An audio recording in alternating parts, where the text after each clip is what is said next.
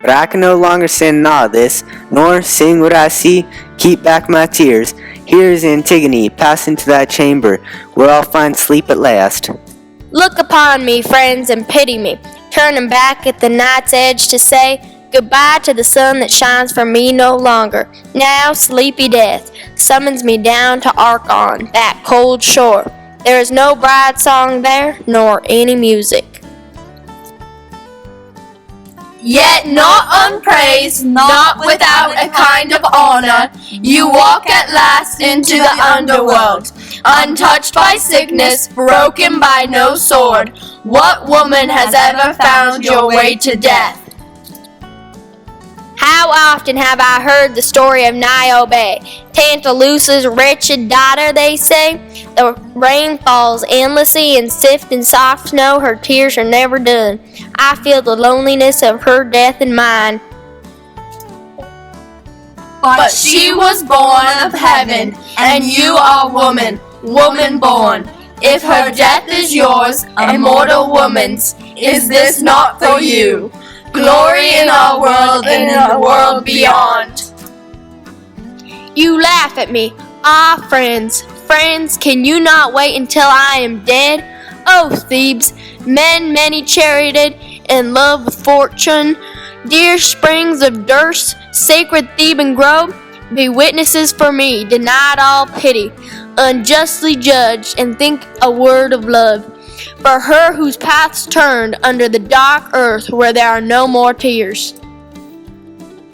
You have passed beyond human daring and come at last into a place of stone where justice sits. I cannot tell what shape of your father's guilt appears in this. You have touched it at last, that bridal bed, unspeakable horror of son and mother mingling. Their crime, infection of all our family. Oh, Oedipus, father and brother, your marriage strikes from the grave to murder mine. I have been a stranger here in my own land.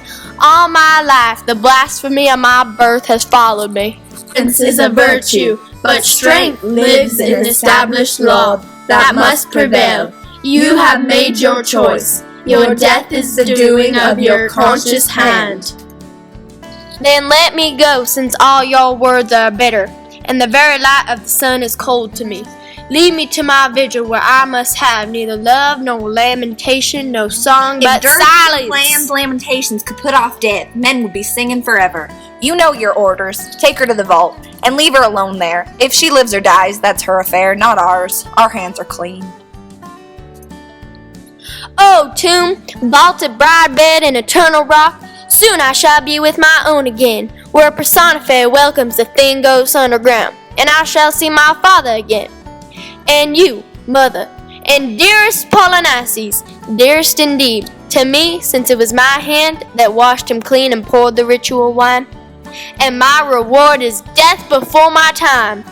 And yet, as men's hearts know, I have done no wrong. I have not sinned before God, or if I have, I shall know the truth in death.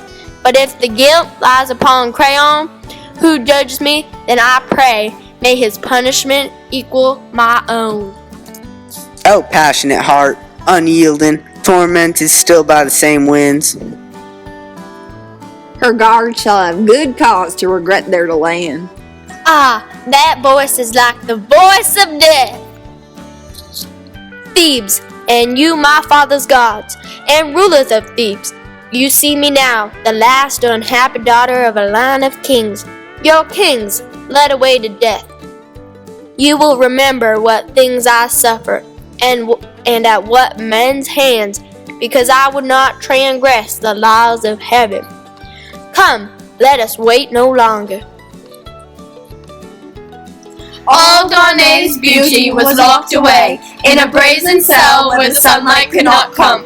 A small room still as any grave enclosed her, yet she was a princess too, and Zeus in a rain of gold poured love upon her. O child, child, no power in wealth or war, or tough sea-blackened ships can prevail against untiring destiny. Andrias' son also, that furious king, bore the gods' prisoning anger for his pride, sealed up by Dionysus in death's stone. His madness died among echoes, so at last he learned what dreadful power his tongue had mocked, for he had profaned the revels and fired the wrath of the 9 implacable sisters that loved the sound of the flute. And old men tell a half-remembered tale of horror, when a dark ledge splits the sea and a double surf beats on the grey shores. How a king's new woman, sick with hatred for the queen he had imprisoned, ripped out his 2 sons' eyes with her bloody hands. While grinning, Ares watched the shuttle plunge 4 times, 4 blind wounds, crying for revenge. Crying tears and blood mingled, piteously born, those sons whose mother was of heavenly birth. Her father was a god of the north wind, and she was cradled by gales. She raced with the young colts on glittering hills, and walked untrampled in the open light. But in her marriage, deathless fate found means to build a tomb like yours for all her joy.